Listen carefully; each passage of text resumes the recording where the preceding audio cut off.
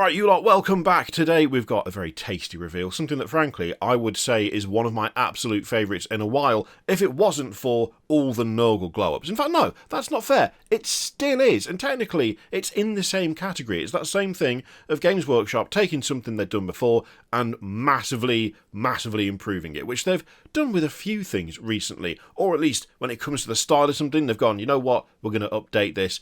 This is a prime example of taking an older model and basically starting from scratch. It's the same overall shape. That's pretty much it. I don't know what else you'd say is even similar, outside of the fact that this is a spider, and the old one was also a spider, because they've shown off a new Shelob, and oh man, that is absolutely horrifying. Like, that's just great. I love it.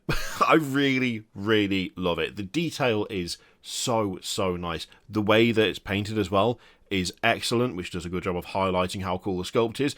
Now, you might be thinking to yourself, okay, but what did the old one look like? Like, maybe like me, you couldn't remember what the original even looked like, which I couldn't. I'll be honest, I could not remember the old Shelob at all. So, obviously, I looked it up on the Warhammer.com website, and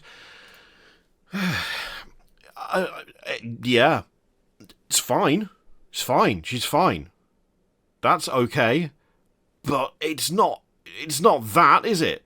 Like, that is a massive difference. That's a huge difference. Now, I really want to know when this old one was made. Also, if you're thinking, can you not show us a different angle? At least on their website, their own website, typing in Shelob only gave me this. And there are no further angles, because sure. So that's all we're given. But we don't really need anything more than that, because I still think this is enough to go off. This is enough to do a compare and contrast situation, and I don't think there is a comparison here, because this is just so much better. Now, of course, they were made in different times, and that'll make a big difference in terms of just how detailed they can look, but this is just excellent. This is horrifying.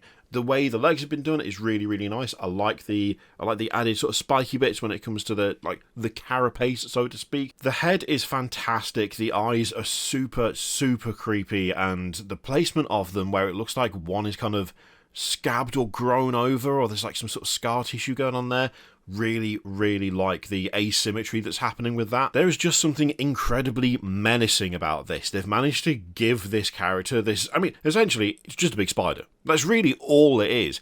It's nothing in terms of, like, when it comes to showing, like, a heroic general or a crazed axe murderer or whatever, there's a lot you can do with that to denote personality. I think sometimes it's a bit harder to show, like, real menace and threat from something that is just a big arachnid. But they've absolutely managed it. There is genuine personality going on with this, and I really like the way they've done it. The legs look absolutely fantastic. The mouth is horrible. Absolutely gross, in the best way possible. Those little sections that are kind of disfigured and like discoloured look super good. I also really like the base. The base is really nice. They've managed to give her a bit more in the way of like a threatening vibe. I think because of the fact you've got this big dip in the centre of those rocks, it makes it look like something huge is stalking down a passageway, as opposed to simply just being there. With the old model, it looks like the intent is, I'm going to bite you. Whereas with this, the intent seems more sinister, because it seems more like she's tracking something in order to catch it, as opposed to, you know, being about to feed. You know, feeding is alarming when it comes to giant spiders, but being stalked by one, there's a build-up there that is, really grim. We do have other angles, thankfully. That full-on, like, front angle is great. That's really good. The fact you can see the massive stinger at the back as well.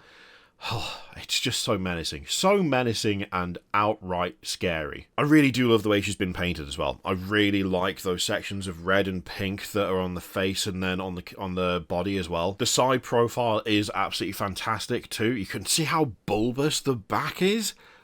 Really gross. Just horrible. Also gives a slightly better idea as to just the scale of Shelob on that as well. Like, from the front, she can seem a little bit squat, but she's not actually that squat. She's not that kind of squished in.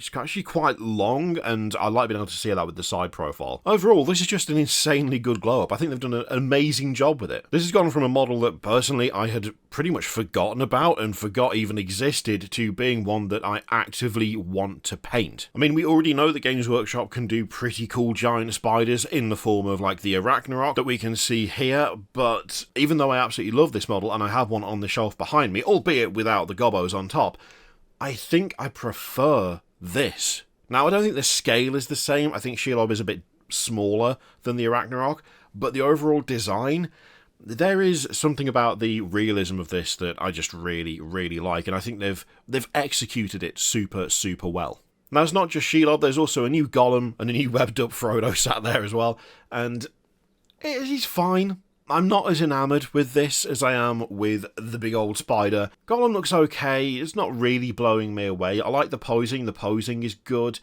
There's just some odd stuff going on. I think maybe some of it is down to the paint job as well, where things like between the foot and the leg, that just flat out looks like it's not been glued properly. And that's an odd thing to see. It's hard to tell whether the same issue is present on the other leg. I would kind of hope not. That feels like something that should be smoothed out. It looks action figure-esque, and the rest of the miniature doesn't look like that, which I think is part of what's throwing me. The overall proportions, I think, are fine. Gollum is a weirdly proportioned creature, but yeah, there's something about especially that right leg that just feels a little bit off. I will say as well, the face is sort of odd. It looks a bit old woman-esque, which is a little bit jarring. It's not the worst, but it's also not the best they've ever done either. And I think part of the thing with that is that it's been revealed at the same time as this, which is, frankly, a fantastic model. So it makes it a little bit more, I guess, a little easier to be critical of Gollum when you've got something of that quality to immediately compare with. But that's just me. That's just my opinion. What do you think? Let me know what you think of the new Shelob and the new Gollum in the comments down below. Thank you very much for watching. Feel free to click all the things, and I will see you for the next one.